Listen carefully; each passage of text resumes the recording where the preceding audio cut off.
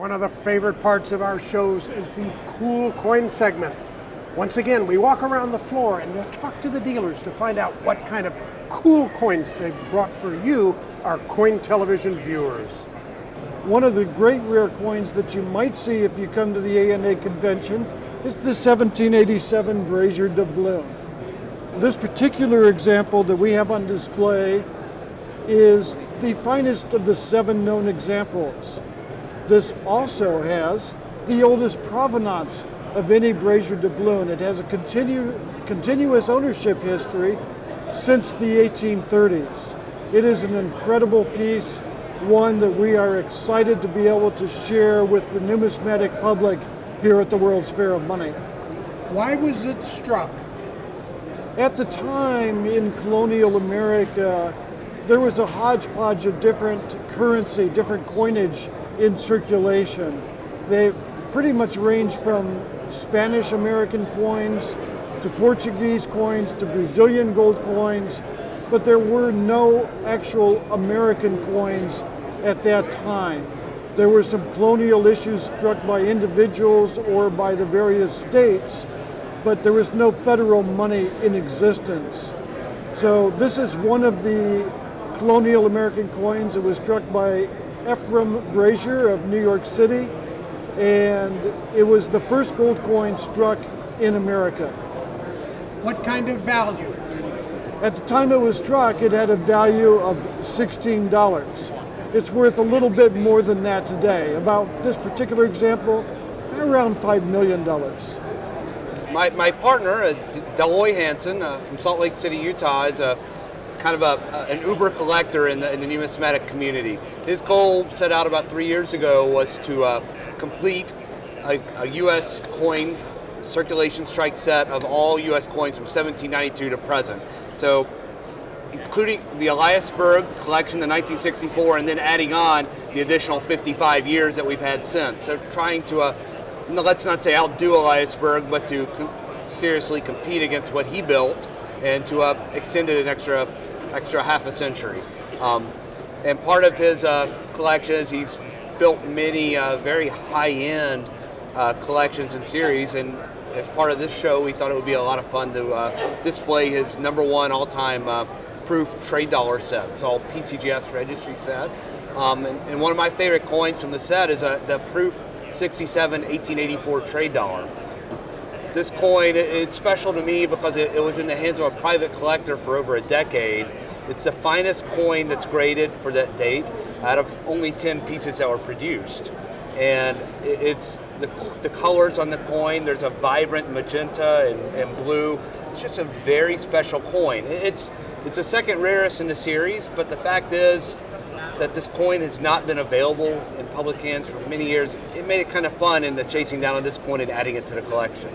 And why were there so few trade dollars struck in the later years? Well, the coin wasn't made for circulation in the later years. And in 1884 and 1885, there were no circulation strike pieces. So how they were produced, there's research that's been done, but it's not exactly conclusive as to how many were even struck.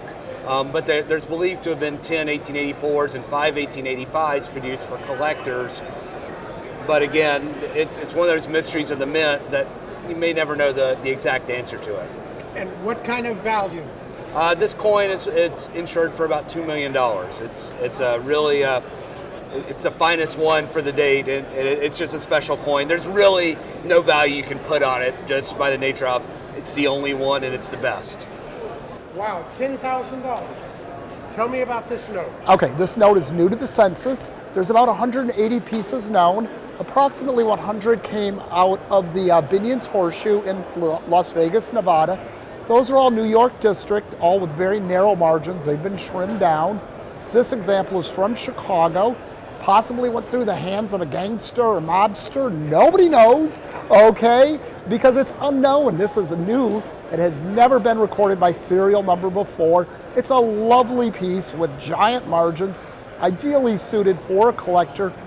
Really, really spectacular to have remained in the grade of 64. Very choice uncirculated. We're teetering on the cusp of gem.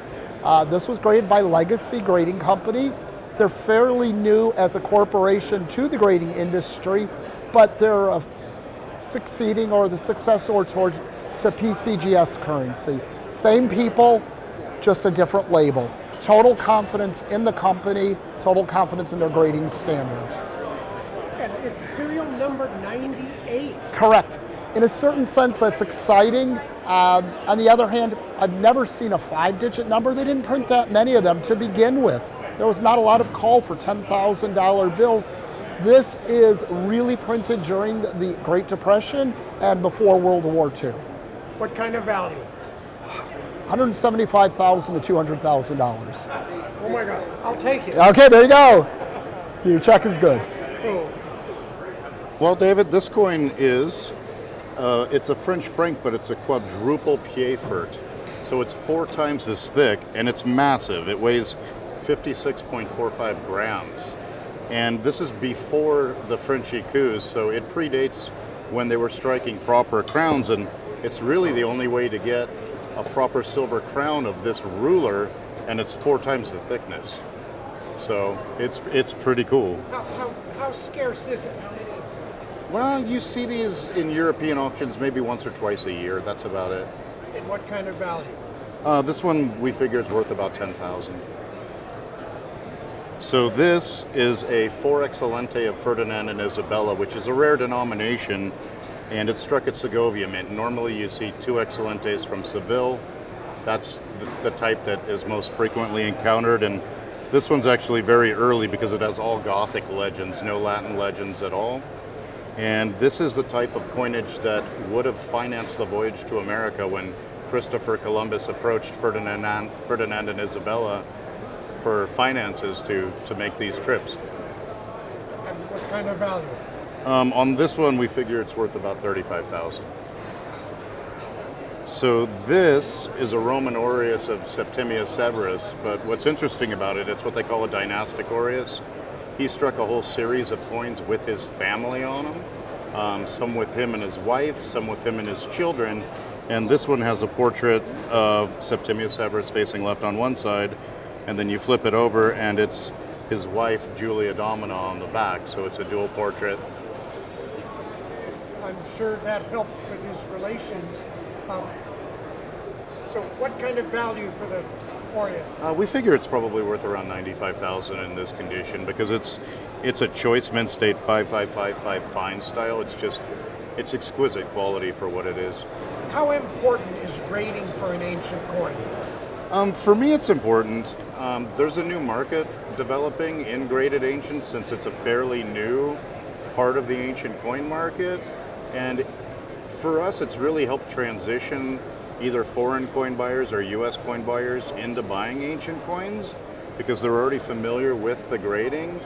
And to know that you're getting something that's genuine and it's problem-free, there's no comments on it where scratched, repaired, improper cleaning, things like that. And if you're learning about a new series of coins that you're unfamiliar with, for us the grading's important. It's helped gain the confidence of a lot of collectors. I have a especially cool coin. We have this 1836 proof $half. They didn't make a lot of proofs. In 1836, the $half, they only made about 20 of the proofs of the 2 different varieties. Of this one, there's only 6 known, this being one of the finest. It is a very popular series, and this being a proof example is exquisite and extremely rare. Why did they not make that many proofs Well, back then? the mint didn't start making proof sets for general circulation until, I believe, 1856. Anything previous to that was either as a presentation piece or on request from the mint. So almost everything in proof previous to 1856 is very rare. And what kind of value on this one? We have this coin listed at $69,500. Yeah, I've got a pretty cool coin here. This is a George V 1935 crown struck in gold. This is normally a coin that's struck in silver for his silver jubilee. He'd been on the throne for 25 years at that point in time, but they actually struck some very special pieces in gold, and they only were going to release 25 gold coins to the public. They had to pay for them, obviously, but they had, I think it was 1,329 applications for the 25 gold coins. and therefore they had to do a special ballot to select who was going to be the 25 people to actually receive one.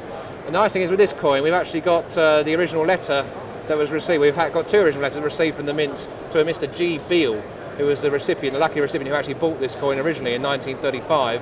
And a whole list of all the names and addresses of all the people that were successful were also supplied to him at the time. We've got all that documentation that goes with this coin, so it's a great coin.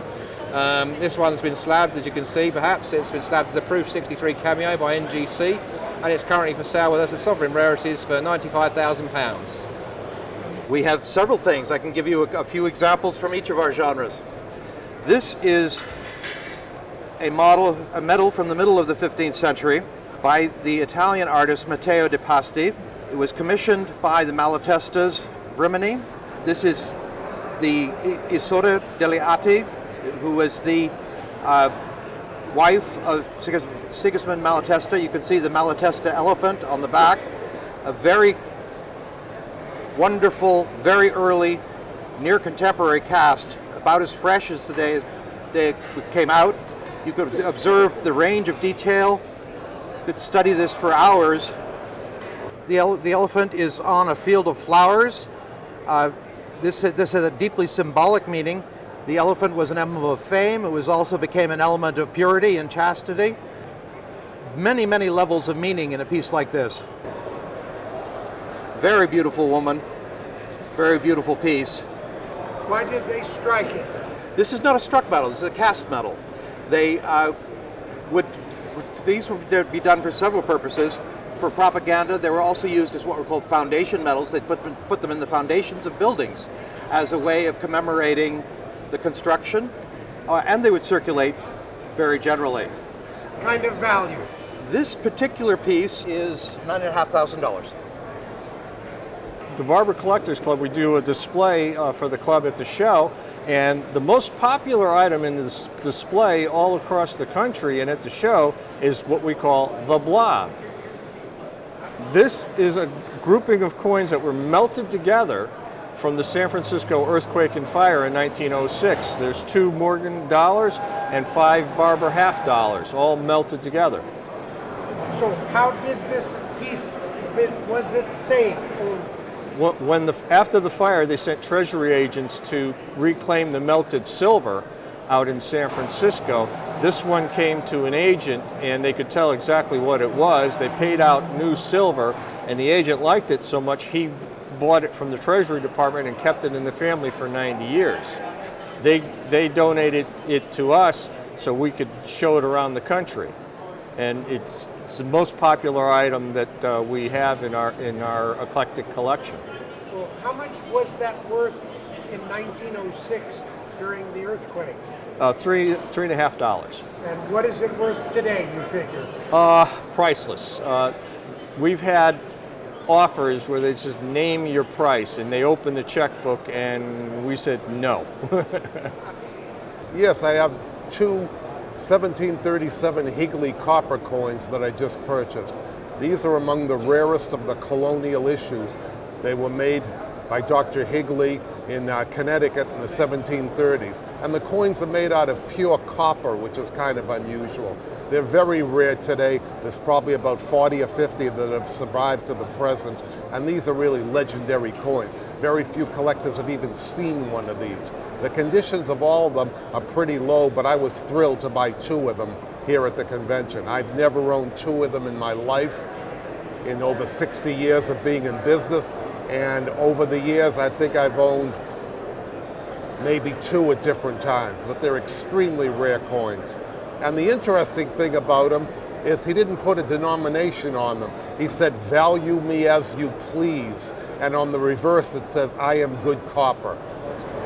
How were they used? They were used as a value of 3 pence usually, but when he got in trouble with the authorities, he said, "Okay, I won't put 3 pence anymore. I'll just put value me as you please." So he got out of trouble that way. And what kind of value for these guys? These are approximately $30,000 to $50,000 per coin. And the opportunity to find them is extremely rare. I may go 5 or 10 years without seeing another one. I have here in PCGS holder a 1922 plain or no D penny. There are 3 dies for this issue. Only one of them is recognized as the very best, and that's the one that has a strong reverse, which this has. This coin is in fine condition, which is a medium quality grade, but very desirable, and collectors like this coin more than any other in the Lincoln Cent series, except maybe for the 09 SVDB. So the dies were lapped, and on 1 out of the 3 dies, it erased the D totally. So on the holder it says no D, often referred to as a 22 plain. And what is a regular 22D worth? Well, I have a want list for XFs, and I bought 10 pieces here for $30 each. And this one is worth? This wholesales at $450, retails at $525. Wow.